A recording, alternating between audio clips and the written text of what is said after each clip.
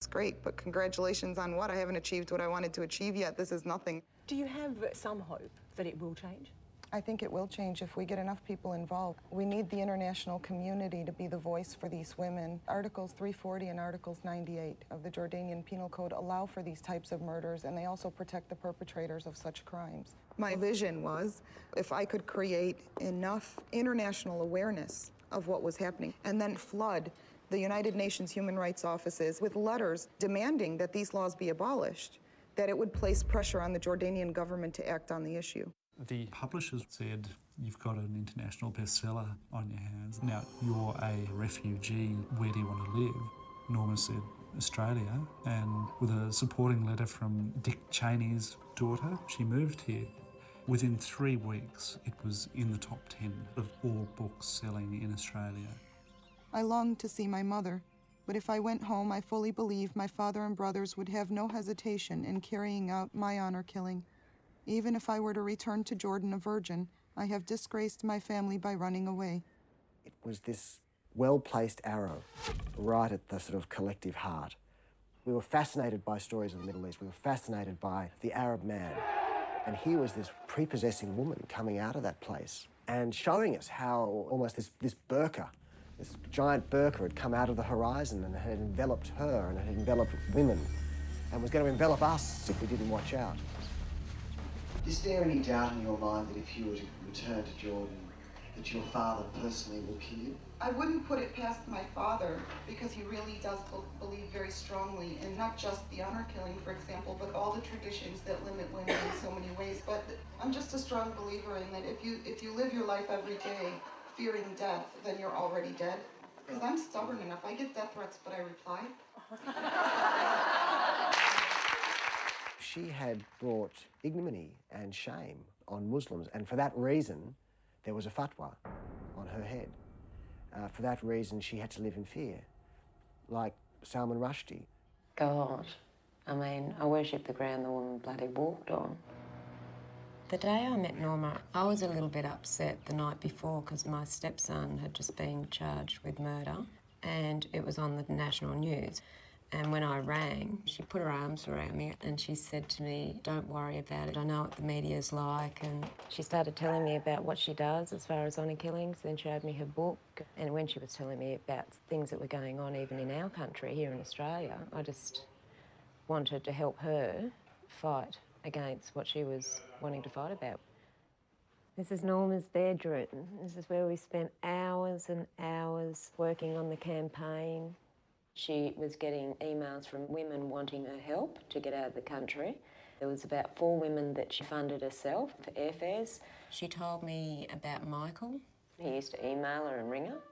He works in a department within the government to do with passports, and she uses Michael to help women get passports to get out of Jordan. There's a section in here that says, what can you do? I'm collecting letters of objection to honor killing at honorcrimes@lycos.com. All of those emails come directly to me, so please send letters. She seemed very American, I have to say. Oh my God, I became a movie-holic when I first got to Greece. Friends that I was staying with said to me, have you seen the movie There's Something About Mary? And I said, yeah, I have, in Jordan. Because see, they bring in American movies all the time to Jordan, but up until that point, I thought every American movie was 40 minutes long. She had spent some time at an American school in Jordan, and that's where she had developed the American accent. My father wanted the best education for my brothers, and it was easier for them to watch me if I was at the same school. I was enjoying her company, so we went to my hotel room, and we talked for 5 hours, and at some point, we must have had enough wine for me to muster the Dutch courage to actually ask her, have you ever in your life had a boyfriend? You're 34 now. It's unusual for a woman to get to this point and not. And I remember there was this kind of incredible frozen moment. And she just looked at me and she said, no. I'd like to say that I am married to this cause, but I like to keep that part private. They were lined up at the end of the session to get her autograph or to express some sort of fellow feeling, to touch her. It was like a rock star. You know, if, you know, had there been music, we would have had a mosh pit. These are some of the petitions that were sent in. Here's an email from Liz Cheney. Dear Norma, your book is courageous, heartbreaking and enraging. Looking forward to meeting you and doing all I can to help. There was a marriage proposal. I think he was a plumber, this guy. If you need to, he said, I'll marry you. That's Dahlia, who was her best friend. And that photo was taken in the hair salon. Every time she more or less mentioned Dahlia, you'd see tears well up in her eyes. When Dahlia died, she was transformed by the state and by Islam into a body, but I could only feel her death as a personal thing. What had happened in the brief minutes of her death. Did her brothers join her father in pinning her down as he stabbed her? Or did they stab too?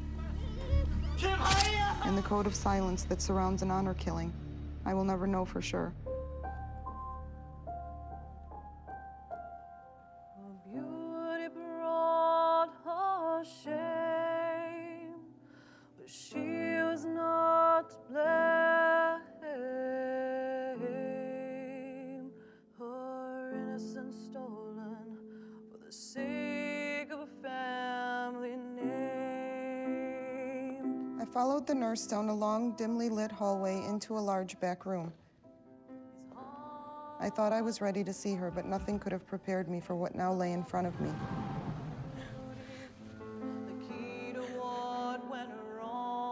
All the feelings I'd controlled so that I could be strong for us both against an enemy whose allies were every Arab man in Jordan surfaced. She found the chance to love, to be held by a righteous man, one who knew the right way to give her love. Let's hear these words and set her free. Take them away from misery. Let her. This is not the truth.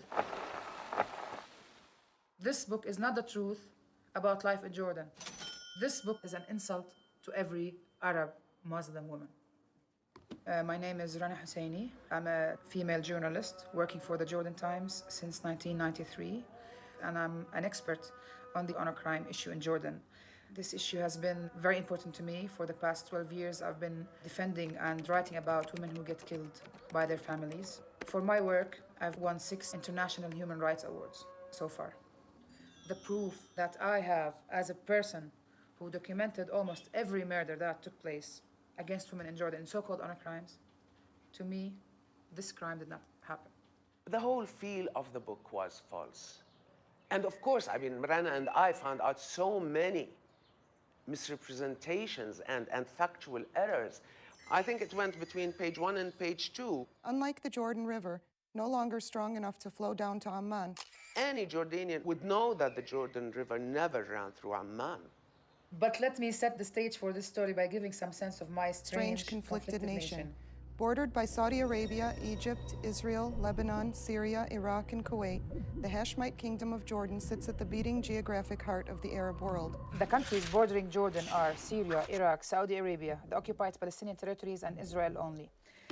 And of course, the fact that she spoke of a unisex saloon shop, this immediately was an indicator that there's something wrong with this book.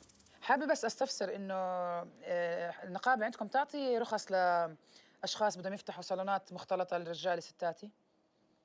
ستاتي رجالي بنفس المحل بسموه بالانجليزي يونيسكس سالون شوب. ممنوع ما I know of women doing manicure for men, but not cutting hair. No. If you have a salon running for both sexes, you will have 2 separate rooms, and nobody could look into the other room. There's no way. Now we're approaching Buksat Cafe. Norma Khouri claimed she used to come here with Dahlia and Michael. Of course, that was in 1996, according to her crime. So we're gonna see when did Buksat really open. We only opened in 1997. Do you recognize these 2 people? No. Page 191. He drew a 50 dinar note from his wallet and handed it to her. 50 dinar bills were introduced in early 2000 and not in 1996. Page 39. She pulled out a pack of Gulwaz blondes and a small handmade earthenware ashtray. Gulwaz blonde were first brought to Jordan in 1997 Great strategic